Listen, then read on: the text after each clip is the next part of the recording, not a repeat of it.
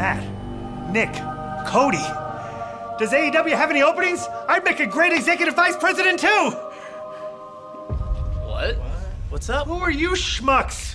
What the hell is going on around here?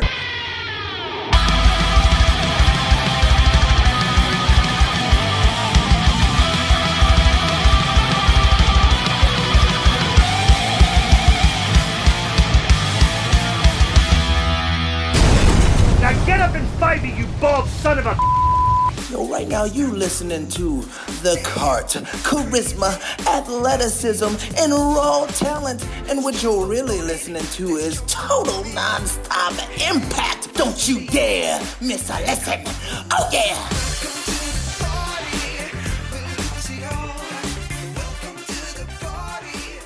Welcome back, everybody, to Total Non-Stop Impact, Impact Talk for Impact fans, featured right here on the Impact Lounge. Yeah! This is Trent, along with my co-host, Kyle. Kyle, say hello to the people.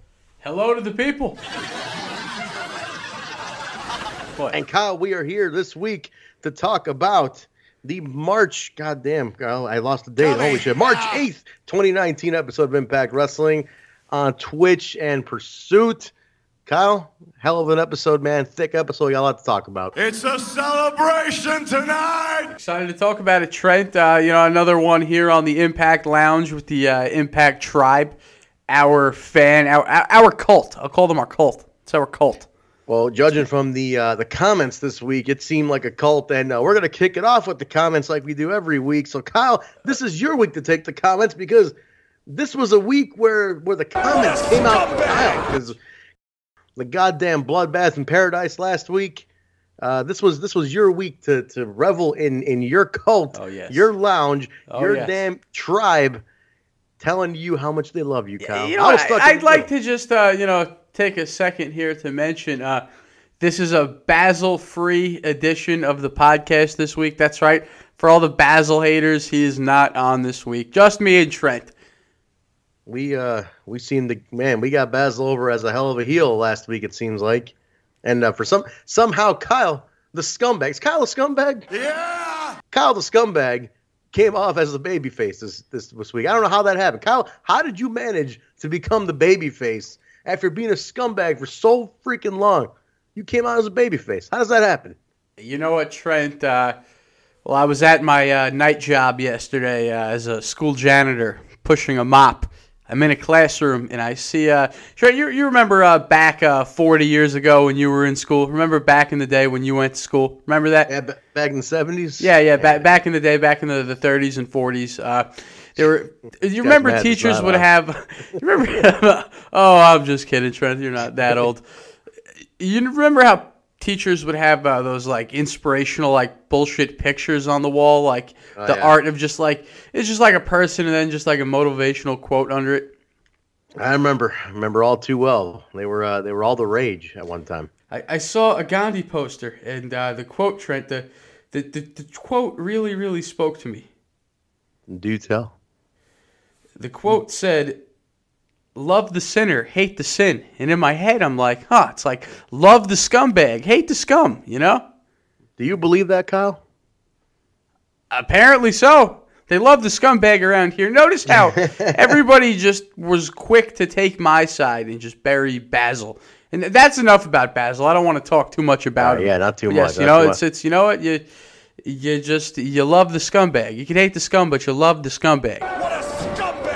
I tell you, they really did show how much they love the Kyle, man. So go ahead, Kyle, stroke yourself, stroke your ego with these comments this week. There's some other ones in between all the Kyle love in the comments. There's some actual show feedback comments. Why don't we get to those with the comments? Kick it off, Kyle. All right. Let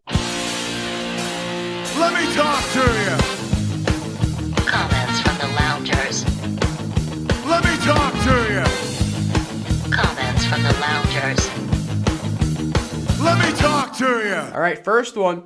Distiller85 writes, Basil should get the fuck out of here. This is Kyle and Trent show, and I got Kyle's back, man.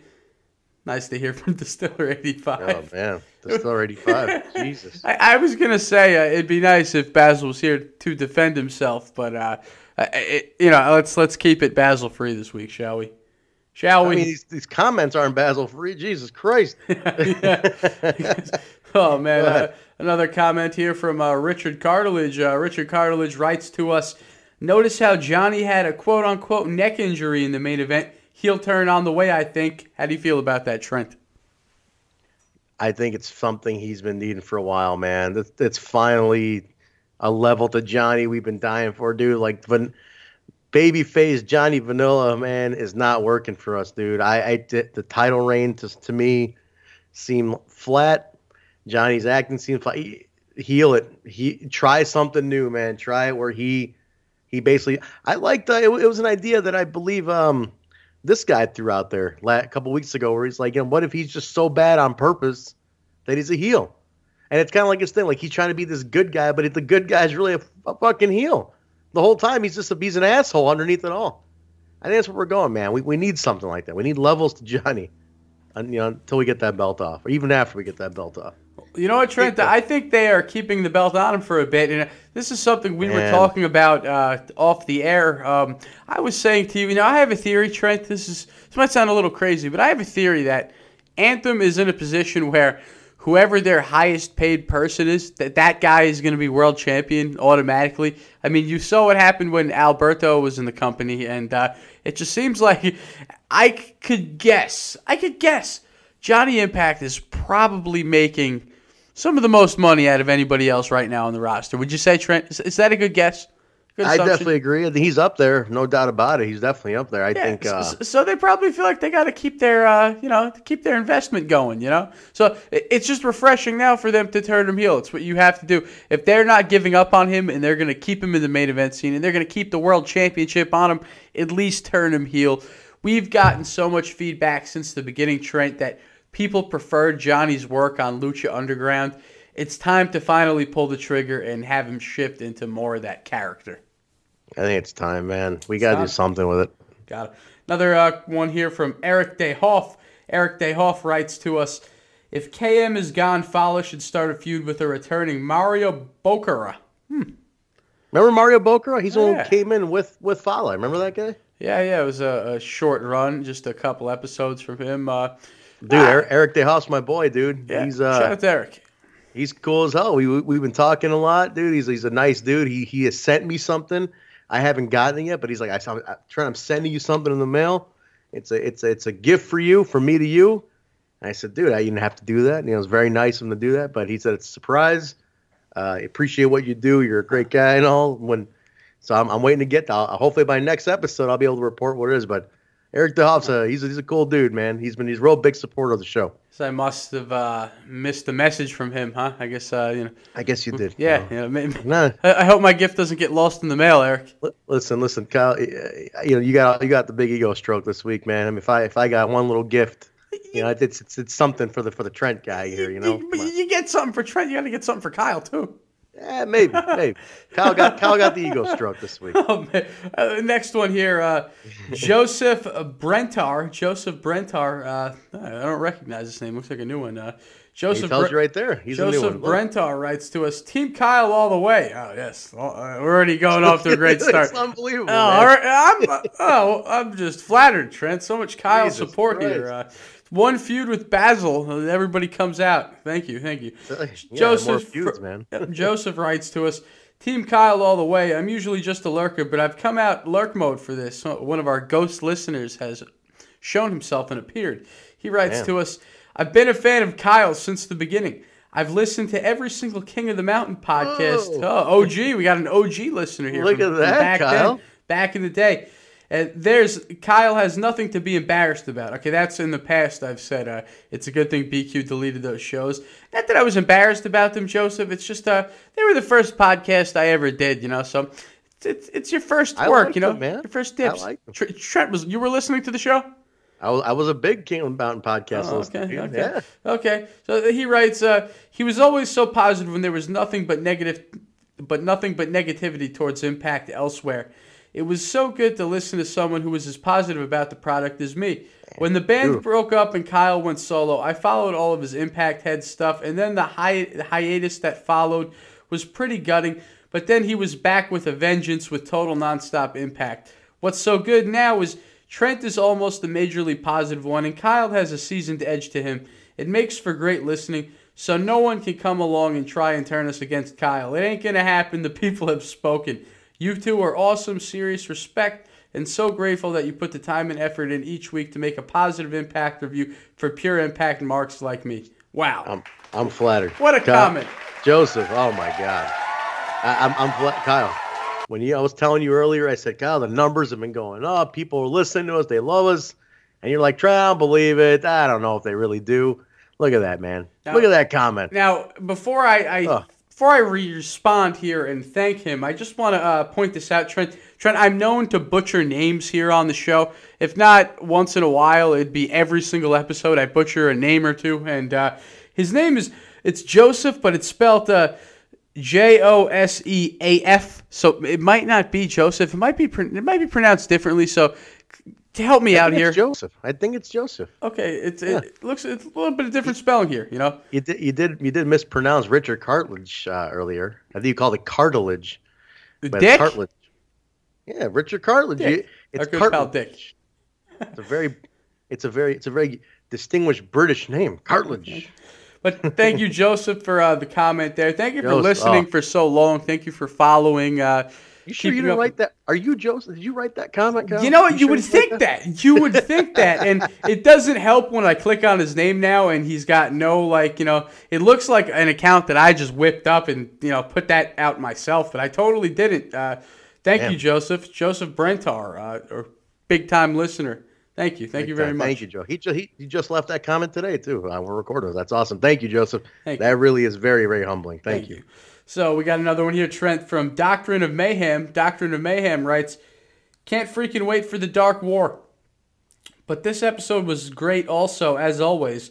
Super stoked every time I see Dreamer on TV. Doing a promo, battling it out. He's Impact's Terry Funk in a way. We all keep saying that. Yep.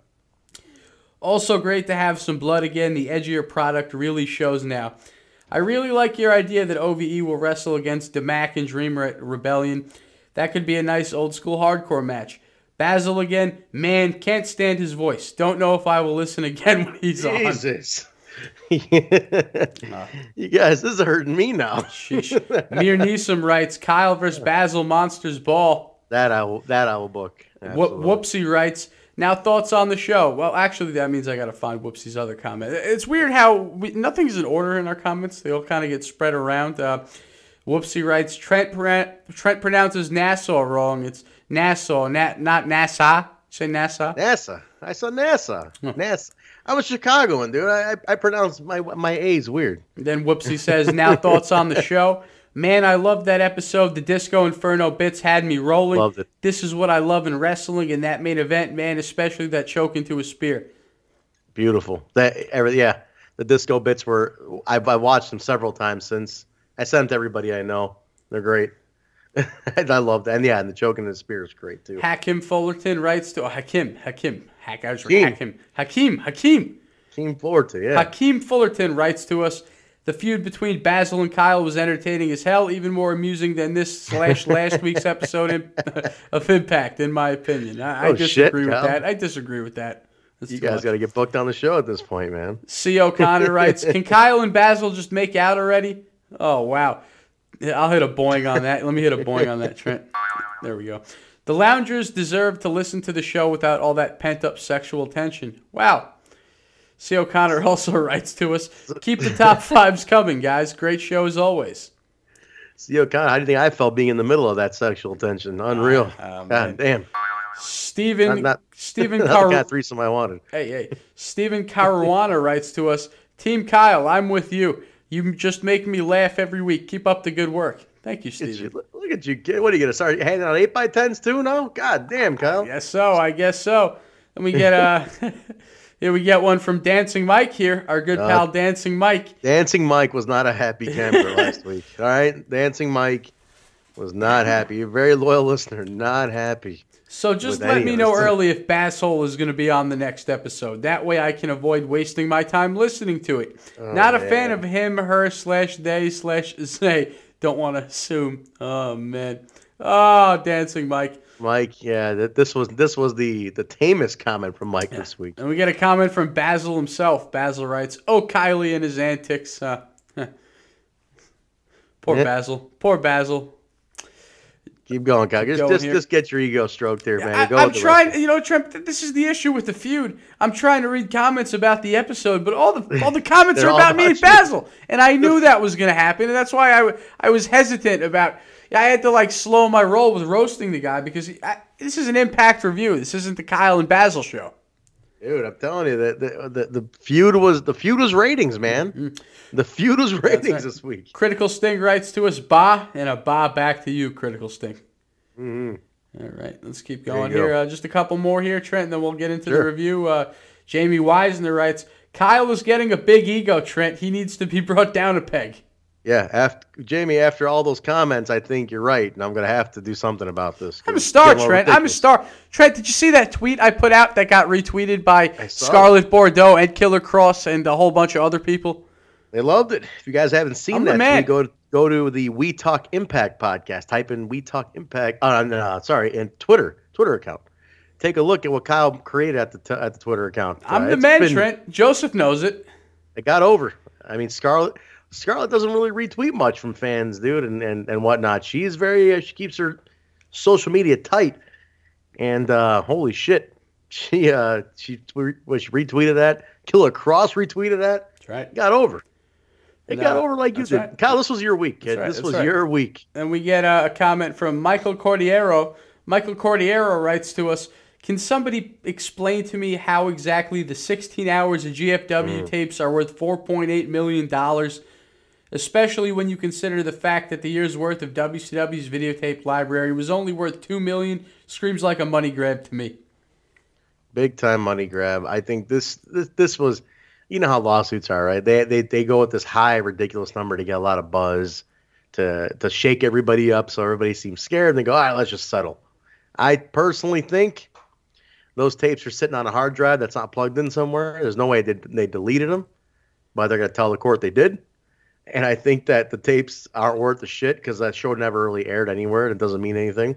I think, if anything, Impact did GFW a favor by actually publishing them. But I don't think it's going to get shit for it. I think it was a handshake deal, nothing in writing. Possession's 9/10 of the law. They had possession of the tapes. They did whatever they did without a contract. It is what I think it's going to go down and it's going to be over with. Yeah, Trent, here on the podcast, we review Impact. We talk about Impact. We talk about all the recent, news regarding Impact. But we don't get into lawsuits. I mean, me personally, I'm just an outsider looking in. Who am I? I don't want to make assumptions about something I really know nothing about. It's not up to me and you, Trent, to cover these lawsuits, the legal proceedings, between Anthem and Jeff Jarrett. I've got no interest in talking about it. If you do, Trent, you can. Yeah, that's fine. You can do whatever you want around here. But me personally, I've just got no interest in it. But I do wish Anthem luck. I do wish Anthem the dub in this one. I think they'll be fine. I mean, look, hey, Big Ed Nordholm, he's a lawyer, man. That dude's a lawyer by trade. That's right. Big Ed's a lawyer, so I ain't going to worry about it. Megedro writes to us, #Team Kyle. Damn right. What else we got here? There's a great one on the bottom of the list here, Kyle, towards the end. Holy, you read it. You're looking at it. You read it. Oh, my God. All right, let's. I'm surprised you didn't read this one by Jamal Francis. Team Kyle. I'm tired of Trent thinking he's the draw. Y'all continue to do a good job. I've been dethroned, man. I thought it was the draw. I say it in Sammy voice. I am the draw, but maybe I wasn't the draw this entire time. No, Trent, you are the draw. No, I thought I was, Sammy. No, you fucking are the draw. On this podcast, you're the draw. But on Impact, I'm the draw. Nope, Sammy, I'm telling you, Kyle's the draw. He's clearly the fucking draw right now. That's right. Ain't no mini draw. Ain't no mini draw. Ain't no Jake Chris to this Sammy Callahan. That's right. Another one here from James St. Patrick. James St. Patrick writes to us, "Great show as always, guys, and even Basil had some good input. I didn't appreciate Basil calling Kyle Kylie. Basil, this isn't the Butt Street Boys podcast. I'm on that podcast. Oh, God. That's what got me, dude. People were dogging the other podcast. I'm on the other podcast. We only need your takes on Impact, not your smart remarks. But Basil is good for the show, nevertheless. He has great knowledge about the indie wrestlers. It seems like Trent was getting very excited and aroused when he was talking about Ace Austin and Josh Alexander coming to Impact. My 5 quick hitters are, number 1, I guess the Josh and Ace signings are taking Eli Drake's and KM spots. Number 2, it seems when Impact loses guys, they bring in new talent to take their place. Number 3, with the new creative team, only time will tell if Impact storylines will get even better or just lose their luster. Number 4, should Impact bring in Arn Anderson for the creative team? And number 5, and I see Ty Dillinger is Wrestling Money Moose. Is it Ty Impact bound? I guess they're working together on the indies or something. Must be. I think Ty might be. They'll let him do his loop on the indies, I'm sure, first. Arn Anderson, nah, I don't see it. I think Arn was just riding the wave towards the end there. I think he's tired. I don't see that. Creative team is great. I think it does come down, like you said, can they maintain long storylines? Absolutely. Let's see. True, when they lose guys, they replace them. And they replace them quick, which is awesome. Which I think is a very ECW thing, Kyle, back in the day. That Paul Heyman was fantastic at doing shit like that. You'd have a guy leaving that night, and you'd have a new guy made immediately upon that guy. So that's the way to do it. And then Josh and Ace, I'm excited. I'm very aroused by that, as James liked to point out. What do you think, man? Oh, I'm sorry. You're the star of the show this week. Did I bother you, Mr. Draw? No. I'm just pulling the next comment here that I'm going to cap off with, because it seems like it disappeared. I didn't delete it. I don't know if you deleted it, but I kept it on a screenshot just in case. Just in case. So let's move on to the last one here, Trent. This is where I'm going to end it. Right. Dancing Mike. Mike got his own top 5. I'll even hit the top 5 jingle for Dancing Mike right here. Hey, I don't see that one. Yeah, I don't know what happened to it. Trent, I think you canned it for Basil. Did Basil get on the computer or something? I want this highlighted. I don't want this deleted. All right, well, go ahead. Dancing Mike has his top 5, and he writes, number 5, Basil acting like a know-it-all smart mark. Number 4, Basil's annoying smarmy voice. Smarmy? Is that a word? I think if anything, he will embrace the smarmy voice. He will embrace that part. That I know he'll enjoy saying. He's like, yeah, fuck yeah, a smarmy voice. Number 3, Basil talking about every promotion except Impact. You mentioned that, yeah, okay. Yep. Ruining the top 5. He ruined the top 5 with his indie talk. Number 2, Basil and Kyle, the Backdoor Boys, with the sneak attack on Kyle from behind in true Backdoor Boys fashion. Wait, but I'm on that podcast. That's my show, too. I thought you guys liked me. Number 1, Basil being a little pussy bitch. Wow. All right. That come on, Mike. What are we doing That's here? About it. Wow. Kyle, end it with a happier note, man. Come on. We can't end it with that. Come on. Poor Basil, man. Basil just getting killed. He deserves it. He had it coming. That's what happens when you come on the show. Can I end it? There's 2 right here. Easy ones. Whoopsie and Richard Cartilage. No. Give us Actually, no. I was going to say give us Hakim Fullerton's top 5, but we'll save that. We'll do that later on. That'll be the top 5 this week. All right. Sounds like that'll be the top 5. I'm going to end it with this. Whoopsie says, I thought this feud was going to shut down the pod this week. Almost did, whoopsie. And Richard Cartilage, we're going to end it with the last one here. Trent sounded like a parent trying to get his kids to behave. Goddamn right. You two, insufferable. 2-hour podcast last week. 2 freaking hours, Kyle. The first hour was you two arguing. That's it. That's why I can't have kids. I don't have kids. That's why I can't have kids. Can't do it. No. Start the show, Kyle. That's why Basil's not here with us this week. Start the show. All right, guys. We're here to talk about the March 8th episode of Impact Wrestling from Las Vegas, Sam's Town Casino. Thick episode, Kyle. This was the episode featuring the Dark War. This was a big one, man.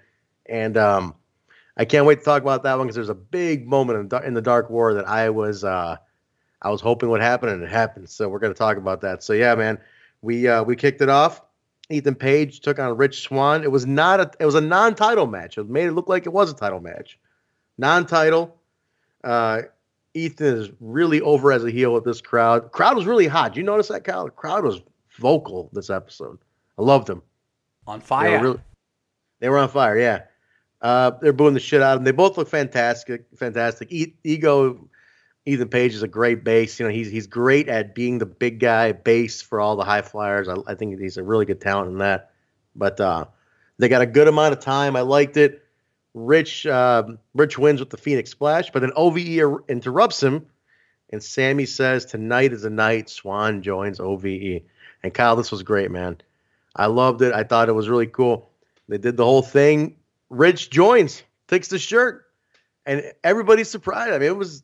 Did they get you? Because what happened next was he turns on him, he super kicks Sammy, takes out the crisps, tears the shirt, and he runs out of the ring. Amazing. Immediately made me think of when DDP pretended to join the NWO. Did you get that same flashback as I did? Oh, yeah. I mean, it just, someone, hinting at, the faking, joining a stable, and then ripping the T-shirt off. That's such WCW stuff right there. I loved it, though. I fell for it, though. Shades of Nitro. I did not see the turn back coming, man. I was like, he joined. But then he turned back, and I was like, holy shit. No. It totally didn't get me. Didn't get you? Didn't get me. I knew Rich Swann. Rich Swann is a good man. He's a good man. He is a good man. He's not one of those Ohio scumbags. No, he's not. He's a good dude. But, man, they had me, dude. I thought that was it. I said, that's it. He's in.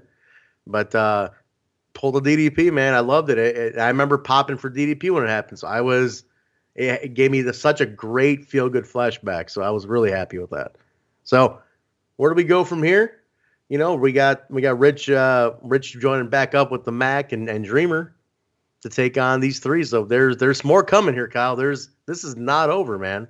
But the X Division title is waiting in the wings on this one. The X Division title is still a pawn in the whole game. So my prediction, Sammy takes that belt at some point. That's what I'm calling. You've been saying it every week here on the show, Trent. I'm putting it out. You're stuck on it. Trent wants Sami Callihan with that damn X Division championship. You've been stuck on it, Trent. Listen, I need it. I think it's time. It's time we do it, man. This is the perfect way to do it, for sure. I think so. Now there's story behind it. Now there's real story behind it. On a Twitch stream, Kyle Killer Cross was doing the "You better subscribe to Twitch or I'll kill you" little promos. Fantastic. I noticed immediately that everybody's subscription counts went up. As soon as he was threatening everybody through their screen, subscriptions just flew. Melissa Santos hosting some in-betweens, constantly with the audio problems. She's got to get it one day. She'll get the hang of the audio one day, but there's always the 5 to 10 second delay while she figures out her headphones. But she's great in between. She's very perky, very lively. So I enjoy Melissa Santos. Kyle, what do you think? You're a Melissa Santos fan? Definitely, Brian Cage. Definitely a big Melissa Santos fan, and I'm glad that you got to enjoy the show on Twitch. I had to work Friday. I wasn't able to watch the show on Twitch, so here I am, Trent. Just I've broken about one tablet. My PS4 is about broken, and my computer's going next, Trent. I'm just giving my computer viruses at every point, trying to watch Impact Wrestling. Giving the computer AIDS. The computer has AIDS. Impact on AIDS. What is this, LimeWire? What are you using, man? Come on. Come on, Kyle. Get with it now, man. Twitch is where it's at. I'm on the scumbag websites trying to watch Impact, man. I got to figure something out. They even added a second viewing on Monday nights, man. You can't even get to the Monday night one. Jesus. Kyle, what are we doing here, man? You think on the replay, am I still going to get to see all the original clips, like Don Callis on his webcam, for example, all that good stuff? I think they straight replay it, dude. I think it's a straight up replay. All right. Yeah. So this Monday, Trent, I'm telling you now, this Monday I'm going to watch it on Monday. I'm not going to go on one of these dirty websites and, fill my computer with all the things I've filled my computer with recently, just trying to watch Impact. I'm breaking pieces of equipment here, Trent. Our podcast might go under because Kyle's on the scumbag websites just to watch Impact. Well, as popular as you were this week, I'm sure I can just put out the word, hey, guys, who wants to buy Kyle a new laptop? and you'll probably have one Amazon Prime to you by No, Thursday. just buy me Pursuit TV or something. That's all we need. Go ahead, buy him a laptop, somebody. Buy him a laptop. Go ahead, buy him a Kindle Fire or something. Yes, buy me a computer. Yes. Buy him a computer. Dude, that happened to Jeff Lane on the brand, Russo's brand. His laptop broke, and somebody bought him a fucking laptop and shipped it to him. So here, keep doing the show. I was like, what? That's insane. That's amazing. He was like flabbergasted. He's like, who the hell's what? But all right, man. So yeah, coming off of that, we're backstage. LAX is there with Konnan. Konnan's like, why are you in such a hurry to get your asses kicked again? So he's taking shots. He's taking shots at him, letting him know, like, hey, you guys got your asses handed to you, you know. So he's basically and he called them scarecrows. And Santana's like, what the fuck does that even mean, a scarecrow? So a little tension here, Kyle. Konnan's not happy with them. He's basically calling them losers. And I think we might get a Konnan turn here now. Konnan might back the other horse. So maybe. Hey, what do you see for this? I don't know, man. I don't know. Because I've thought that before. It didn't happen, so I don't know. Keep your eye on Konnan. I always say that. Konnan is a shady, sketchy person. Always keep your eye on Konnan. Always. Don't turn your back on the wolf pack. And he was in the wolf pack. Oh, shit. But crowd is fantastic. Did I mention that? Because, man, they were great. I love this crowd this week. We are now, Kyle, the backstage reporter. We got his name. Rolondo Menendez. Rolondo Menendez. I like Rolondo. You know, Rolondo reminds me of a character in a trauma movie. Just like Bobo. They look like they were casted in a trauma movie. They're fantastic. I like that. Rolondo's great. He catches Cage backstage, and he's asking the tough questions, and he's pissing everybody off. Basically, he's pissing everybody off. He's got a lot of character. He's got a lot of attitude. That is none other than Rafael Morefi. Who's a producer for Impact, producer for MLW. I met him at Bound for Glory. He's a really cool guy. He's been a New Yorker guy, Kyle. He's a New York guy, Queens guy, so not terribly far from you. But he's a good dude, man, and he's good at what he's doing. I love this character. First week it threw me off. I was like, what the hell are we doing here? But really, this episode, he really opens up, man. But all right, we go from there. We got Ace Austin's debut, Kyle, taking on Jake Atlas. And a short match. His finishers are running Blockbuster, and he calls it the Fold, which I like that they named the finisher, Kyle. Somebody took the advice and named the finisher. Brand the moves. I like how the crowd is chanting Gambit. Now, clearly Ace Austin comes out with a card. He's got like a baton or whatever. He's clearly showing signs of Gambit from X-Men. And I like how the crowd immediately, without knowing who the guy is, immediately they just start chanting Gambit at the guy. Yeah, he's the Gambit guy. I guess that's who he is. Gambit is a cool character, man. Gambit was one of the best X-Men, so that's cool. I love Ace Austin, but I was a little let down with the match, and I think I don't think Jake Atlas was the right opponent for him. I know they wanted him to get a squash, but I think he would have looked better against an actual competitor, if it was a competition.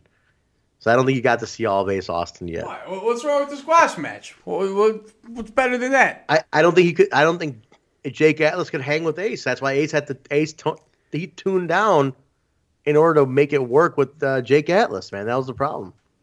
I don't think I think you just comic book guide that one, Trent. Maybe the worst match ever. But it's cool to have Ace. I'm glad. You know, he's only going to go up from here. So let's see where it goes. I think he'll be a hell of an X Division star. I think that's where I see Ace Austin making big waves. He's got a famous GIF online of him jumping off a basketball hoop or backboard at an indie show from the basketball hoop into the ring doing a crossbody. It's famous. It made its rounds like a month ago. See if you can find that. That one's. He's nuts. He's a high flyer, so he can do some shit. I remember back in the day, like 10 years ago, even 10 years ago, more like 13 years ago, that famous clip of Human Tornado doing like a slam dunk in the middle of a match. Remember Human Tornado? No. Where's he from? You don't remember Human Tornado? Human Tornado was he was a PWG guy, and he was also in Wrestling Society X. I'll send you some clips. He's got some funny stuff. I must have seen because I got the Wrestling Society X box set, so I've seen it. I'm sure I just don't remember. Oh, Who was it though? Who played Human Tornado? We'll get into that after the show. It'll be some wrestling nerd talk. Nothing pertaining to Impact though. Let's continue. All right, fair enough. All right, Rolando Menendez is backstage again, and he's via satellite with Johnny and Taya, and basically he says Johnny's weak and he's kind of beat up. He's got the neck brace on. He's saying he let Brian down, but his injuries, injuries happen. And Taya's real pissy throughout this. I'm sensing heel turn on her part too. She's really pissy. She's snippy with Rolando. She's not. She's basically showing him like, "Hey, I'm pissed off. I'm not happy about these accusations." But says he's gonna give Cage his title shot despite the neck fusion, and it's another scoop on the Menendez files. That's how he wrote it off. So next week we got Johnny and Cage for the belt. This could be the big one. We'll see what happens. Johnny Impact looking like a regular Andy Kaufman rocking the dude. neck brace. Neck cone. Does he wrestle with the neck brace? Let's find out. What do you think? Possibly. Taya was being real pissy, man. She was the smell is a heel turn for both of them. And it could be good. It could be good if they both do it together. I think it could be real interesting. But then again, her being the champion with the women, the Knockouts champion. I mean, we have a lot of heels in that division. So I don't know. You got to make sure she either drops it first or there's some program she's in already. So you got to play it right. Reno Scum's backstage and they cut a receipt promo on KM and Fala, and they sounded pretty strong, which is nice. And I think that match was announced for Kyle. Did you catch? I don't think it was next week. I think it's for 2 weeks out. Like I get a rematch? Oi, possibly.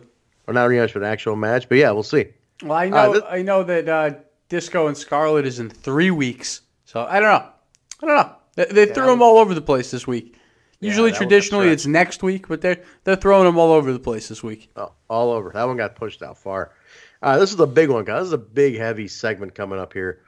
So they teased that Alicia Edwards had a big announcement. So everybody's thinking, is she pregnant? Is she quitting? Is she, divorcing? Anything? What's going on with Alicia? And so she's coming out. Don actually predicts she's going to leave Eddie for good. And she says, quote unquote, you got to eliminate the crazy from your life. But but she's in the ring. She's going on, kind of like talking about her career in life. She says, maybe I should start a family. And then my boys, Browntown themselves, the Daisy Hit Squad interrupt. And mind you, Kyle, this is taking place on International Women's Day. Did you celebrate International Women's Day, Kyle? Of course I did. What'd you do for the women in your life? Crickets. Well, that's nice to hear, Kyle. That's great. That is just great. It was International Women's Day, and you were sitting there watching Impact. I went to the strip club, Trent. What else would I do on International Women's Day? Great guy. I knew I could count on you. Went to the gentleman's club. It's a gentleman. You're a gentleman on International Women's Day. That's absolutely. Right. Josh still cannot pronounce Daisy. He still says Desi. I thought Josh Matthews. I thought you were listening to us because there was a week where you got it right. Daisy. Even Kyle could get this right. Daisy Hit Squad. How is it, Rohit? Guys, you need to correct Josh. I mean, come on. Gama gets in there and pronounces it the correct way. Josh, what is the problem? I don't get it. But Rohit gets on the mic and he's cutting up, man. He's telling Alicia, it's your job to stay home, be a housewife. And then Raj gets on because women should be at home. They should not be out here in front of the people. Gama gets on and says, God created women for one thing, staying home, cleaning the house, and serving their men, Kyle. Wow. That's old school Gama. He must have hit the old school blend on the way out, man. That's right. She slaps Gama. Chacha Gama got slapped in 2019 on TV. Just so you know. This is Gama Singh getting slapped on TV. But Eddie Edwards comes out, saves the wife. They start beating down Eddie. Eli Drake comes out and teases turning on Eddie, but instead attacks the Daisy Hit Squad. Trey retrains him. And the good team there, the good guys, stand victorious. This is on International Women's Day. God damn. But what do you think, man? This is a thick segment here. This is some heavy stuff.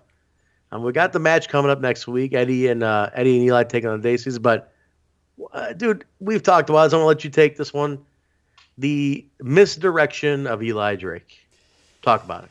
Well, let me say, Trent, I did enjoy the segment. Thought it was a great job by everybody involved. Yep. I do love the Daisy Hit Squad.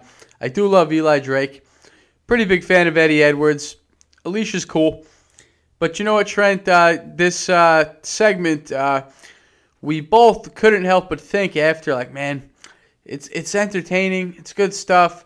But you just feel like Eli Drake should be doing more. And we always talk about that, Trent. That's been a common and consistent theme here on our podcast for weeks and weeks and weeks and weeks and weeks, months. I'd say months. Months at this point.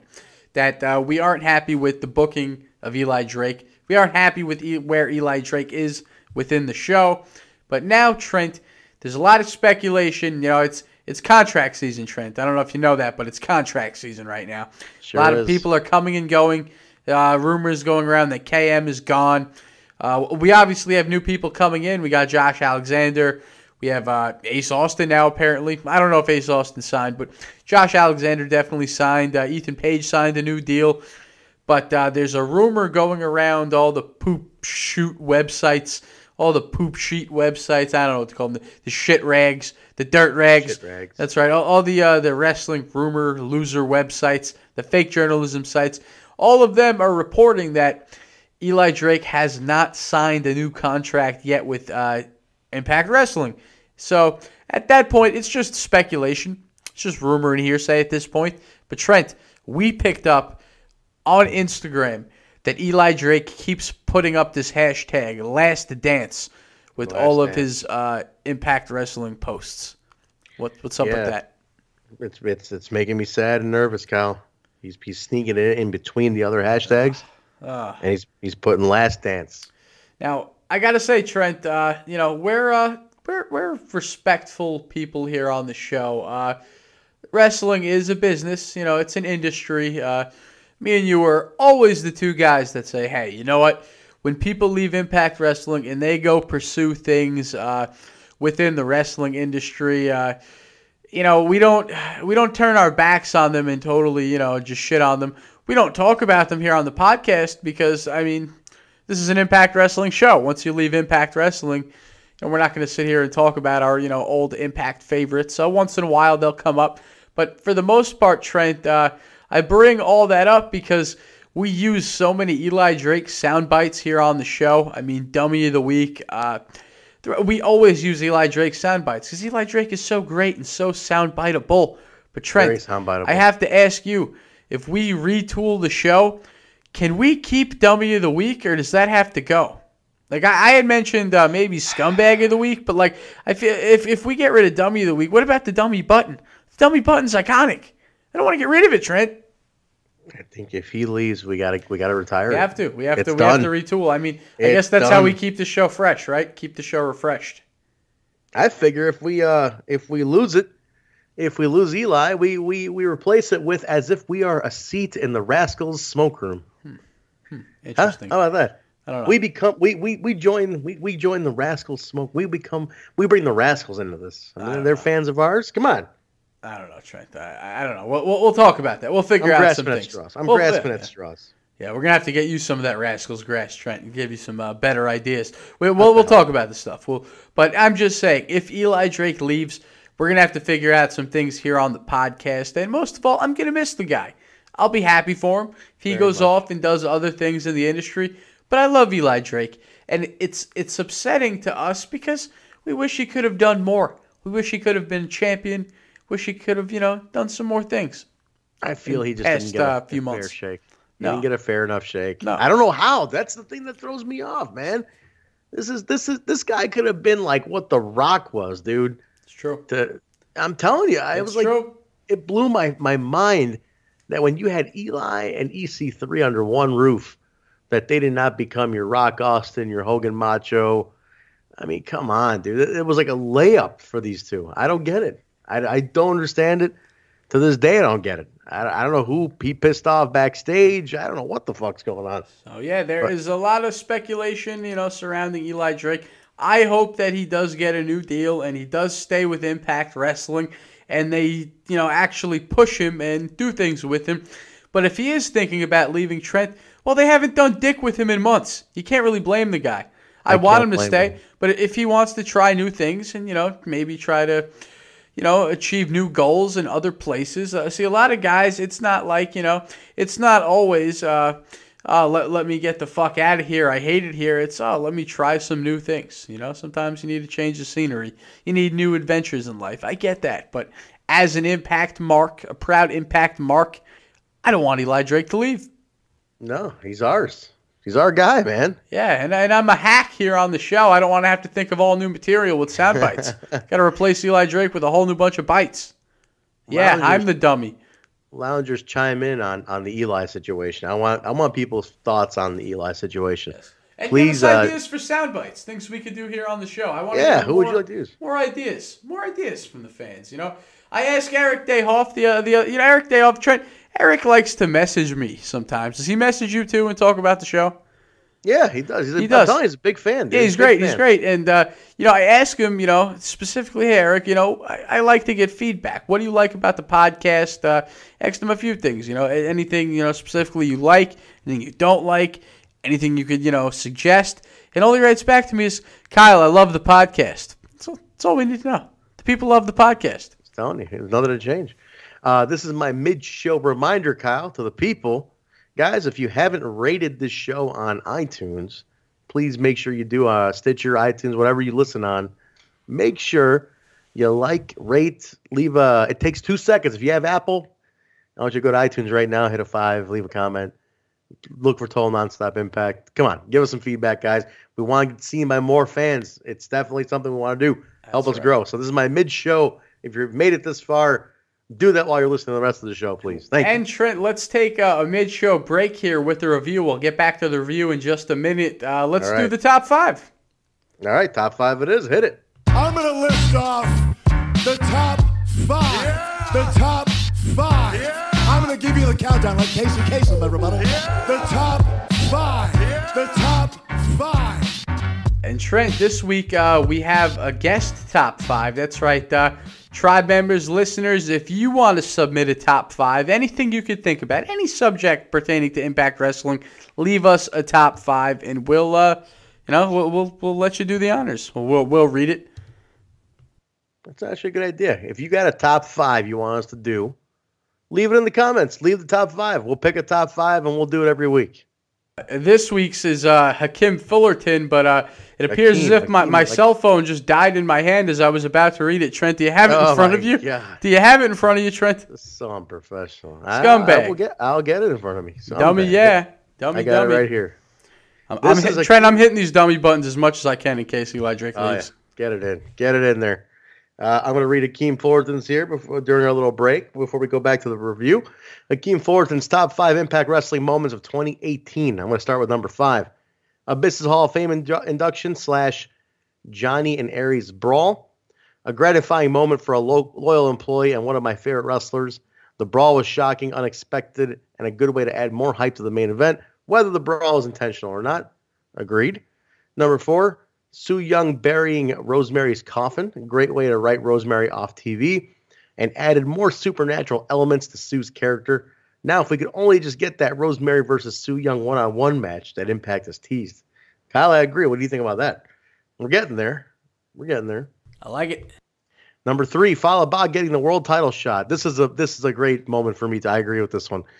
Probably, in my opinion, one of the best episodes Impact has produced and is a prime example of how you can make a mid-carder into a believable contender for the world title. Full credit on this one goes to Fallah and Austin Aries for making it look amazing, dude. It was awesome. I totally agree with this. Number 2, the termination of Alberto El Patron, a massive troublemaker and one of the main reasons why 2017 was the worst year in TNA Impact history. So to see new management fire his ass for no showing an Impact and Lucha Underground show was so satisfying. Plus, we got Phoenix and Pentagon in the process. Agreed. This was these around my list too. I think blessing in disguise. And his number 1. Kyle, can we get a drum roll here, please? Drum roll, please. Number 1 moment of 2018. Sami Callihan bashes Eddie Edwards in the face with a bat. It helped put Sami Callihan on the map as a Wrestler of the Year. It gave a well-needed change to Eddie's character and gave Impact the attention they desperately needed. Totally agree. I'm sure Sami agrees. Even Eddie might agree. Great top 5, Akeem. I enjoyed it. Kyle, what'd you think, man? And good picks? Yeah, I like that. It's like Eddie Edwards getting smashed in the face with a bat was like instead of Impact Wrestling kicking the door down, we were smashing your face with a bat. And that was, it's the message we were sending to the industry. We're here. Absolutely. I agree. Quick honorable mentions that he mentioned, and we'll get back to the review. He mentioned EC3 is getting fired, Killer Cross's debut, Scarlett Bordeaux's interview with Alicia Toot, when she called her the 5, Pentagon and Callahan using railroad spikes at Slamversary, and Santana putting skewers into Dave Christ's head. That was for the Barbed Wire Massacre 3 that exclusively aired on Twitch because it was too violent. So, yeah, good honorable mentions too, Akeem. Appreciate that. Kyle, anything to add to those, or can we go back to the review? Trent, we are going to go back to the review in a second, but Kyle's got to run to the bathroom. I'll be right back, Trent. Oh, my God. Well, he's in the bathroom. I don't know what's going on there. I think, from what I was told, he ran out for a midnight snack, and he went and got some of those rollers at 7-Eleven. The ones that have been sitting there for hours. They're frozen, and they warm up, and they just sit there for hours, collecting all sorts of bacteria. I love those things; they taste great. But I think Kyle and his sensitive stomach can't handle them. And the poor guy is he's feeling the repercussions of eating such a poor diet. And man, boy, I thought he was going to make it for the review. I thought he was going to make it throughout the entire review without this happening. But it's embarrassing. After you guys put him over so much last week, this is embarrassing. Can't believe this is where we're here now. This is what we're doing. We're waiting for Kyle to use the bathroom. I can't believe it. I'm shocked. But yeah, all right, I'll keep. You know what? While we're waiting, while we're in break, I'll elaborate on some top 5 from 2018. 2018 was a very memorable year. I think it was a very cool year to be a fan of Impact, because you were front and center for the change, and to see the shift over, man. I think it was very admirable to see this new regime do their job. So I liked it. I liked being a part of it and being a supporter and starting this podcast alongside Kyle in a year that was very critical for Impact. I also want to ask a question to the listeners here. Yes, this is filler, but what the hell? I kind of do want to know this too. Would you guys be interested? And please leave a comment on this. Please, absolutely, please. I need to know this. Would you guys be interested in reviews on the channel and on the feed, on the iTunes and Stitchers and all that feed? Would you guys be interested in hearing us review the Twitch super shows like Opening Day and things like that? Do you want to hear reviews by, if, let's say, we both can't do it together, would you be okay with just me doing it, or just Kyle, or me bringing on a friend to do it with me or something like that? So those could be special. They're aside from the main show, Total Nonstop Impact. So these would just be branch off reviews. If you guys be interested in that, let me know. I'd be curious to know if that's something we could start adding to the channel here. So definitely give your feedback on it. But so yeah, I'm and like I said, guys, please make sure to rate, review, subscribe on all the platforms you're listening on. We got a lot of areas we are on now. I'd like you guys to definitely give us any and all feedback in those areas so we know how we're doing. And we want more people to find us, man. I'm going to talk about it a little later on, but we had some big spike in listenership from some unexpected sources, you could say, and I'll talk about it so we can. So it's cool. Things are working, man. You guys are doing good, so we appreciate that. So we're all right. Kyle's still in the bathroom. Jesus, what do you have here, man? I thought you only had 3 of those things. All right, well, we're still waiting, guys. Still waiting. How about this? We want to fill up some more time. God, I feel terrible. I'm wasting you guys' time. If you want to sound off in the comments, let us know where you're all from. We tell you where we're from. I'm in Chicago. Kyle's in Long Island, New York. A couple of guys, we know where you guys are from. Let us know where you guys are checking in from. I'd love to know where everybody is when we're listening to them. Just leave a quick comment. Mention your state or country where you're at, man, because it's cool to see. I see some of the stats online where people are listening, and it's all over the world. So I'd like to know where our core group is listening from, man. It'd be cool to get the feedback. So we continue to wait for Kyle. He might have fallen in. Poor guy. Poor guy. Well, look at this. Right halfway through. We had such a good flow here. God damn you, Kyle. Well, we'll see what happens. As soon as he gets back, ready for this. We got some cool segments coming up. We got the big dark war to talk about. We got one of the best backstage segments in history to talk about. We got a great main event to talk about. A lot going on. We'll get there. Ooh. Kyle, what in the hell happened to you, man? You got to lay off late night 7-Eleven runs, man. I told you, Trent. I never do that. I don't eat 7-Eleven food. I mean, I eat plenty of junk food, but I feel like 7-Eleven food is just like, it's just as bad as gas station food, and like that's bad. Like that's rock bottom. That's below rock bottom. Yeah, you're pretty much just one level up from rock bottom. You're like rock. You're like sand bottom. I'm boycotting 7-Eleven food. Never again, Trent. Never, ever again. Their coffee's good, though. Yeah, I like 7-Eleven coffee. Yeah, but the taquito, man, there's a Monsters Ball match going on in my stomach right now. That's the best way I could describe it. Let's go back to the review, shall we, Trent? Where did we leave off? We left off, and so we're backstage here. This is after the Edwards family drama. We're backstage. Rolondo Menendez is back there again. No, we still didn't get to Disco backstage at Killer Cross yet. That hasn't happened yet. Getting there, man. We're getting. All right, I'm excited to talk about it. I'm sorry. That's my favorite segment of the show. We're getting there. Let's go. We're getting there. I'm in order. I'm going in order. But Rolondo's back there. He ambushes Brian Cage, and Cage is pissed off. He's shitty, and Rolando. He rats out Johnny and Ty. You know, he kind of just tells him what Johnny and Ty has said to him, and he kind of gets Cage all fired up again. So we're building for next week, Kyle. We're building for next week.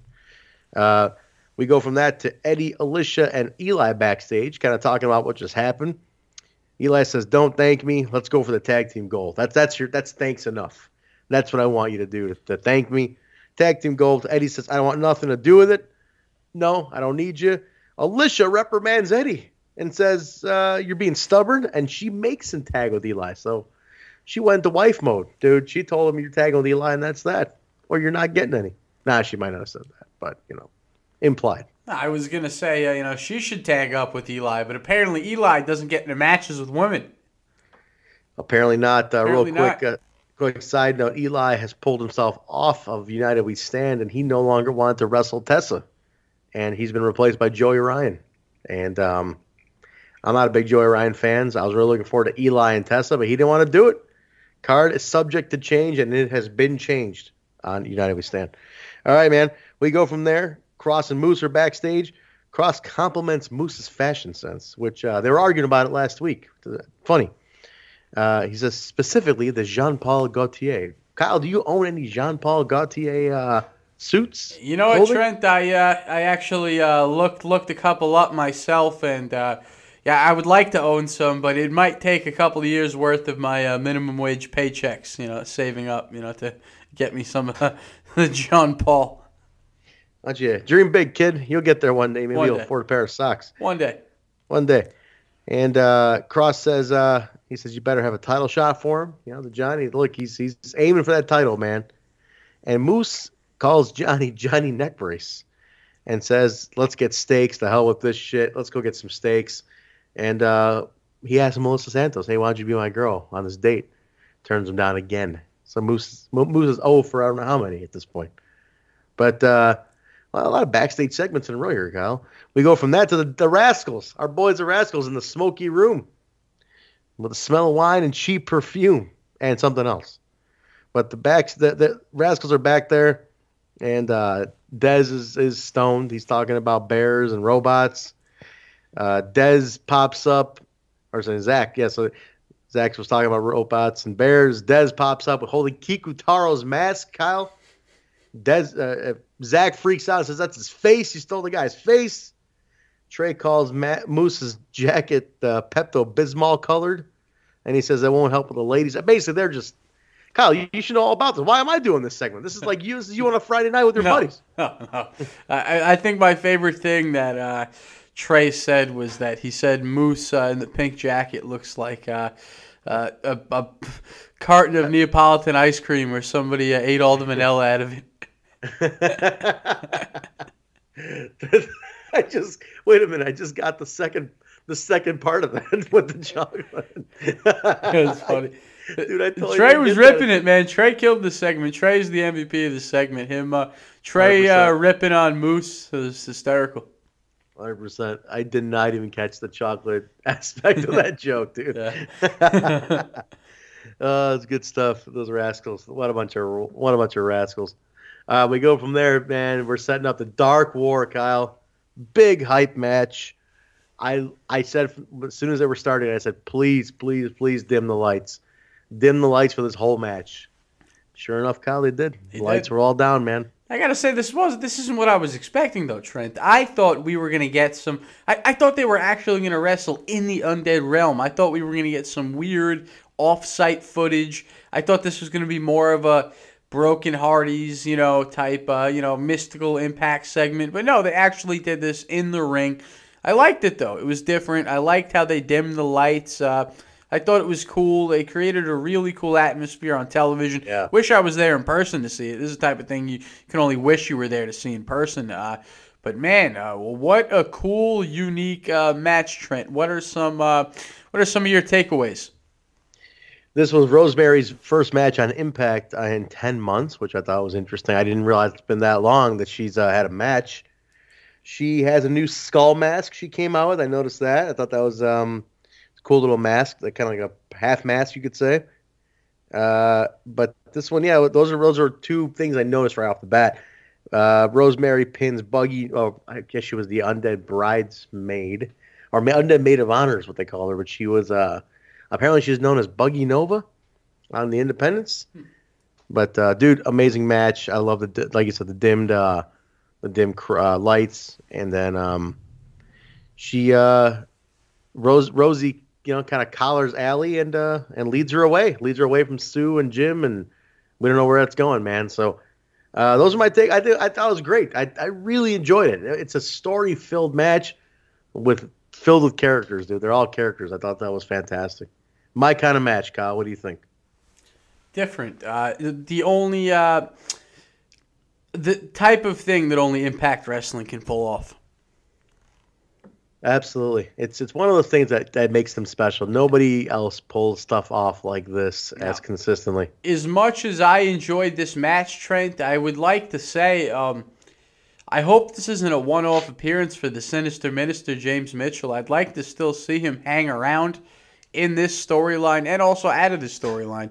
I think he's just a hell of a manager, and he's just somebody that is just totally an asset to the television show. 100%. I think he's what a great talent, man. This guy's one of the most talented individuals ever. And for him to be on TV is great. I'm so happy to see that. He lives in Florida, and they flew him out to Vegas. I consider that a good sign. So if they're flying him out to stuff like this, that's a good sign, man. But Rosemary picks up the win over Su Yung. Dude, yeah, she didn't pin Sue though. That's the thing. We didn't get her pinning Sue. So I thought Rosemary pinned Sue. No, that's what I'll say. Rosemary pinned the maid of honor. That's what I got written down here. I pretty sure I got that right. If I'm wrong, you tell me. But continue talking, Trent. While you continue the review, I'm pulling the matchup right now. We're gonna see. We're going to see about this, Trent. I'm looking at it right here. I got it right here, Kyle. I already beat you to it. Rosemary spears the undead maid of honor to pick up the win. Allie must now return to Rosemary. So, yeah, there we go. She didn't pin Sue, so we still got that. We still got room. A lot of room left here. All right, Kyle. Then we go to the best segment of the night. This was it. This, to me, was the moment. We got Disco Inferno. Glenn Gilberti.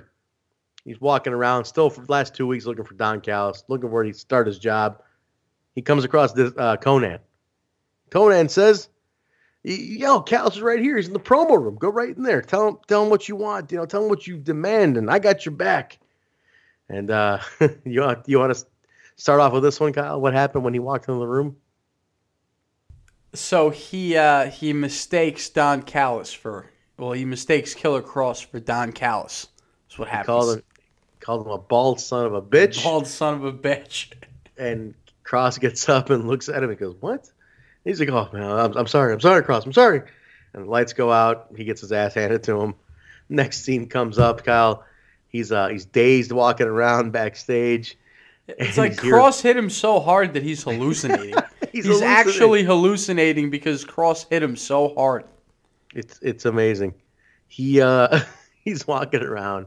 You see they do the camera effect where he's kind of loopy. He's out of it, and he hears the voice.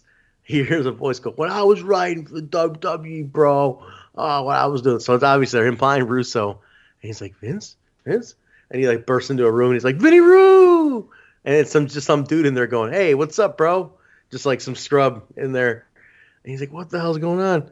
Turns a corner, he sees three guys, the back of their heads, Kyle. He sees two guys with long hair, wearing black t-shirts, one guy with blonde hair with a white shirt on and blue pants, and he goes, dude, I can't even get through this. He goes, "Cody, Matt, Nick, does AEW have an opening? I'd make an amazing vice president too." And he pats him on the back, and it's like three dudes who just from the back look like the Elite. And they're like, "What?" And he's like, "Who the hell are you schmucks? What the hell's going on around here?" And I don't know if there's any truth to this, Trent, but I heard rumors online that the blonde kid in the middle that was supposed to be Cody was Dominic, the son of Rey Mysterio. I heard that too. Is it true? I don't know. He looks a lot like him, I guess. No confirmation, random tidbit there, but for some reason people online were saying that, and I remember the first night of Vegas tapings, somebody tweeted out a picture, and it was you couldn't see him, up close, but there was somebody doing ring crew, and it said, "This is Rey Mysterio's son, Dominic, doing ring crew for the Impact Wrestling show." So very well could be him. It could have been. Kid's got to pay his dues, man, I guess. So it could have been him.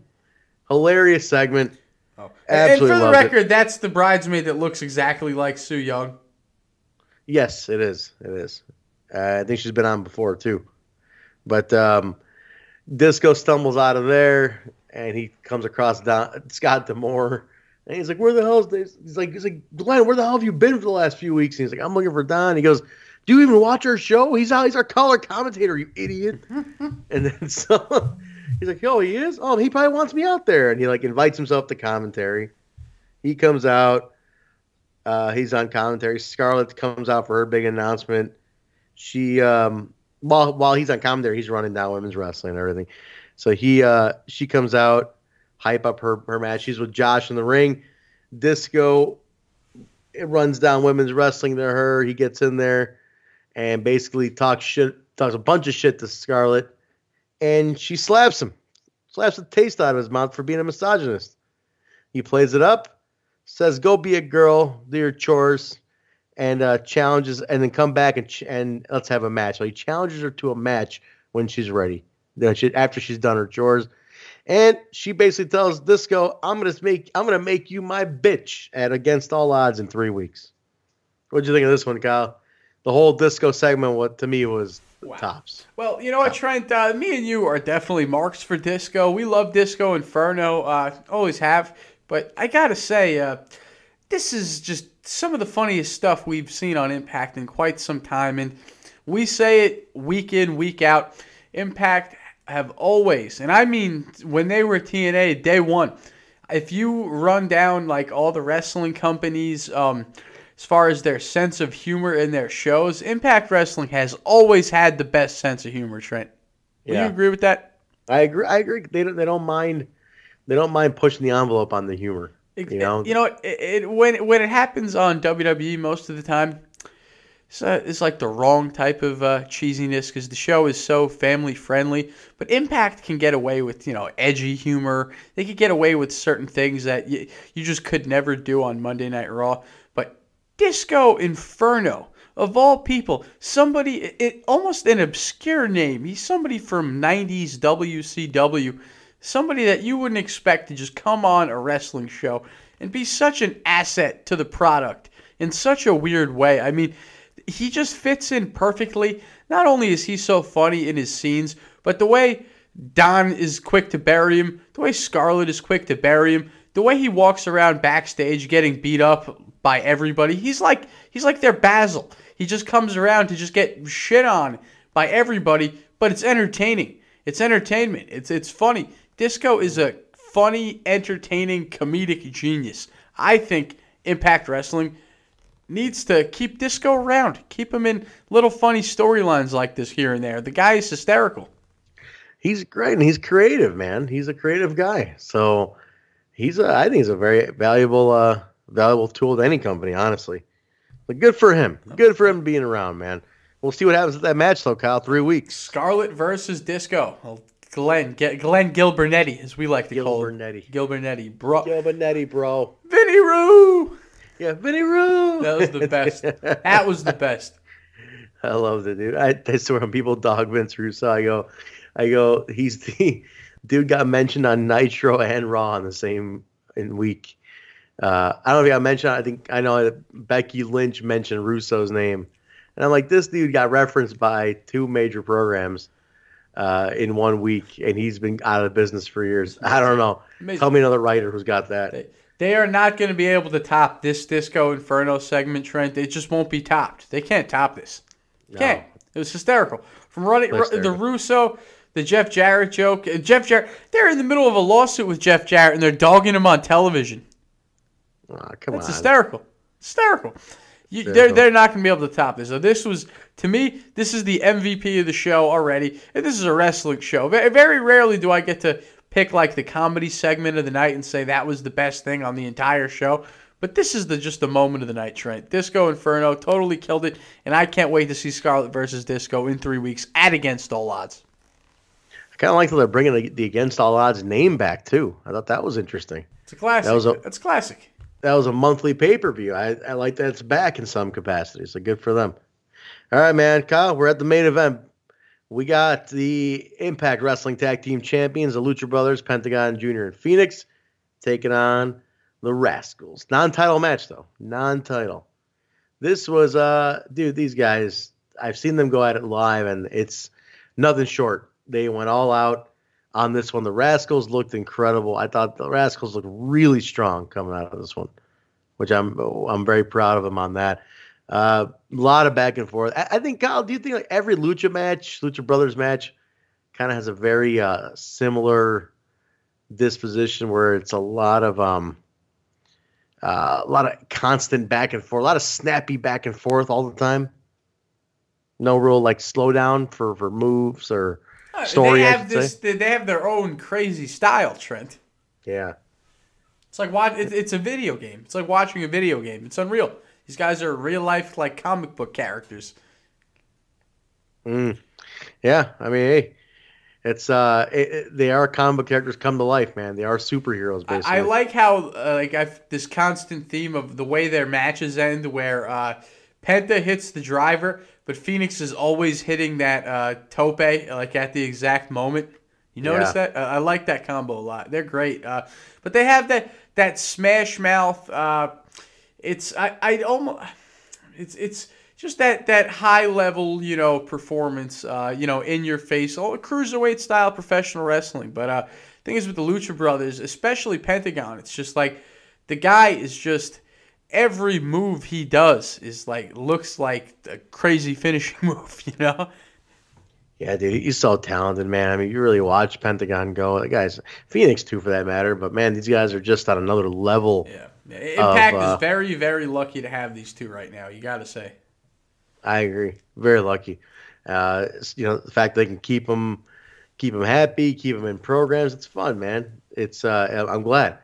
But Kyle, to wrap up this match, great stuff by the Rascals, though. Got to give them some props too. Great stuff fantastic. By the Rascals. Talk about a bunch of guys who have been given the shot, and they're just like, you know what?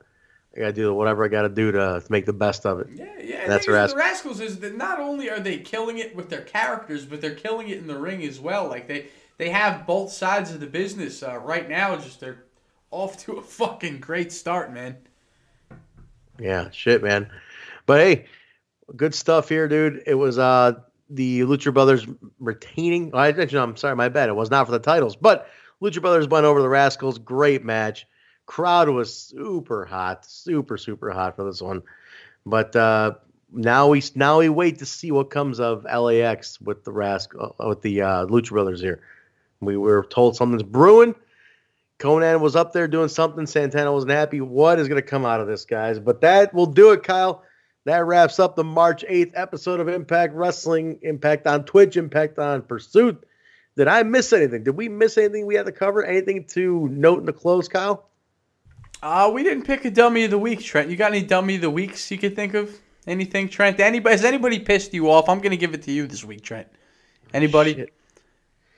Oh, man. Dummy of the week. Any Impact haters piss you off? Anybody at your job double-cross you? Anything, Trent? Oh, dude. Has the woman been on your bad side lately? No, nothing. I'm trying to think. I'm trying to be pure here. You're a dummy. Who is a dummy? Who is a dummy? Fucking hell, God. Dude, I don't know. You kind of threw me in the fire. I don't know if I had a dummy this week. Let me think. Let's see somebody on the show. Let's think of somebody who's on Impact. We'll go with that. Yeah, let's think of run down this week's episode of Impact. Who was a dummy? Who was a dummy this week? KM is dummy of the week for not re-signing with Impact and going per appearance instead of contract. You don't know if that was his choice. I'm gonna assume it is. You're just embarrassing him if it isn't. You're beating him up for. I needed to pick a dummy of the week. Well, Trent, we might have botched dummy of the week this week, but we got the top 5 in there. We read comments from the Impact Tribe like we always do. We broke down the review. I mean, what else is there? Is there anything else for us to do here, Trent? Plug them up, man. I got to tell the people where to find us. Guys, you can find us at We Talk Impact on Facebook, Twitter, and Instagram. Just go to the search bar, type in We Talk Impact, all one word, and the Total Nonstop Impact podcast comes right up. Connect with us on there. Give us your feedback. Talk to us. Let us hear what you think. Go to our YouTube page to type in Total Nonstop Impact. We have our own YouTube page as well as the cross promotion on the Impact Lounge. So you can type in Total Nonstop Impact, subscribe to us there. It's right now it's a lot of the same content, but to get connect with us as many places as you can. Right. You can find this podcast wherever podcasts are found: Apple, iTunes, Stitcher, SoundCloud, Google Play, iHeartRadio, TuneIn Radio, and Spotify. Rate, review, subscribe, tell a friend, tell an enemy, tell a fellow scumbag, right, Kyle? Oh yeah, that's right. Rate, guys. We need your ratings. Please get in there and hit some ratings. We definitely want to be found more and more. Another bonus thing, Kyle. We are now featured on the Impact Lounge podcast feed, the old Impact Lounge podcast feed on Podbean. They have their own iTunes feed as well. We are now simulcasted, I could say, on that feed as well. So if you were an old listener of that feed, it's been dead for many months, guys. It got revived, and our pod is on there too. So then numbers have been great. So thank you all for listening there too. So again, rate, review, and subscribe. We need to be, want to be out there with you guys. Oh yeah. Also, Trent, I don't think we mentioned it here on the show. It's such breaking news. Impact Wrestling has announced today they're coming to the ECW Arena in Philly, now known as the 2300 Arena. Yes, it is the 2300 Arena. 2300 Arena. Impact Wrestling is coming to Philadelphia, and I'm going to be there at least for the Saturday show. Trent, are you coming? Are you going to come, Trent? Is Trent coming to Philly? Coming all over Philly. Trent's coming to Philly. All over Philly. To Philly. Philly. Oh, yeah. Can't wait, man. That's all. I've always wanted to go to the ECW Arena, and now I can see my favorite company into the ECW Arena. Nothing but fulfilling, I should say. That's awesome to hear. Look, believe tickets go on sale Monday. That would make Monday of course my there we go, calendar here. I think it's Monday the 18th. Don't quote me on that though. Might be sooner than that, but definitely check Impact social media about when they go on sale. Can't wait, Trent. Right. Get them tickets. And get also those tickets. Get your tickets for Windsor, Ontario. That's right. Windsor, Ontario, coming up on the 22nd and 23rd of March. Some TV tapings. I think those tapings, Kyle, will take us all the way to Rebellion, I believe. Should be about a month's worth. Center, the most beautiful venue I've seen in quite some time, Trent. And I want to go. I want to go to the Rebel. Dude, yeah, you got it. Great place. Let's do it, man. But that's it, guys. That's going to wrap us up. Who do you think you're cutting me off? I can talk all night, Trent. I can keep Star. going. You're the star, man. I don't know who I thought I am. But this week, I've been humbled. I think you're jealous. I think you're starting to get jealous. Not yet, but if this continues next week, it might. I'm going to let you get a week. Yes. Because you know, you came on the show as the co-host, then I became the co-host. Now it's like the people are trying to make me host again. This sounds like a swerve, bro. This sounds like a swerve. I don't know what's going on here, but I do know what's going on. We're gonna let you guys go. Thank you very much for tuning in, everybody, for the Impact Wrestling review on March 8th episode of Impact Wrestling. Thank you, guys. We will be back with you next week. Again, don't forget to connect with us, talk to us throughout the week while these episodes are floating around. And Kyle, say goodbye to the people because we are out of here. Setting up a Team Kyle Patreon. That's right. They're going to pay me money because they love Kyle. Team Kyle. Kyle's the star. Somebody just buy him a laptop. See you, everybody. Thanks again.